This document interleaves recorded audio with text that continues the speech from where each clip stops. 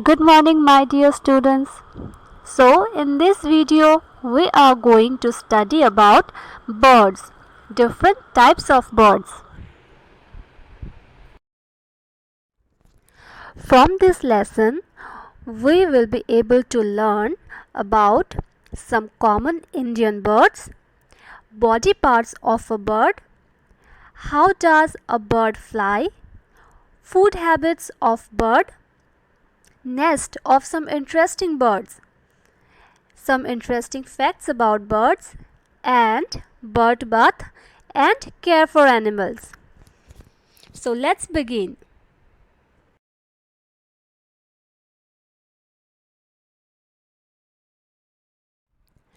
So children, just look at the pictures of birds. Ain't they look very colorful and beautiful? Of course, yes.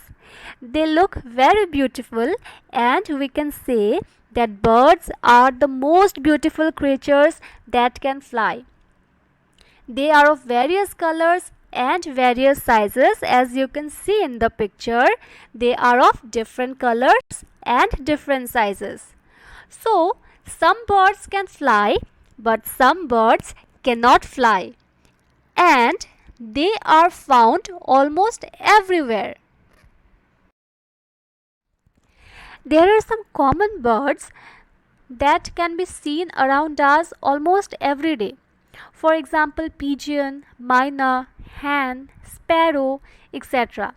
These are some common Indian birds that can be seen almost every day around us. Sometimes we see the birds flying in the sky, sometimes we see them sitting on the tree, and sometimes swimming in the water. So, there are many birds around us that we see almost every day. Now, we will know about the various body parts of a bird. So, all the birds have a beak, two eyes, a pair of wings, colorful feathers, feet with claws, a tail, and a head. So now we are going to discuss each part in detail. On their beak, most of the birds have two tiny air holes with the help of which they can breathe. So these tiny air holes are called nares. All the birds do not have same kind of beak. It is because birds eat different types of food, and depending on their food habit, their beak size and shape is also different. So birds do not have teeth. They use their beaks for eating, to pick up things, to feed their young ones, and their beaks also protect them from their enemies. Now let us see some different types of beak. Strong, sharp, and hooked beak. There are some birds who eat flesh of other small animals. They hunt and feed on small animals. So, the flesh eating birds have strong, sharp, and hooked beak. This kind of beak help them to tear flesh and eat them.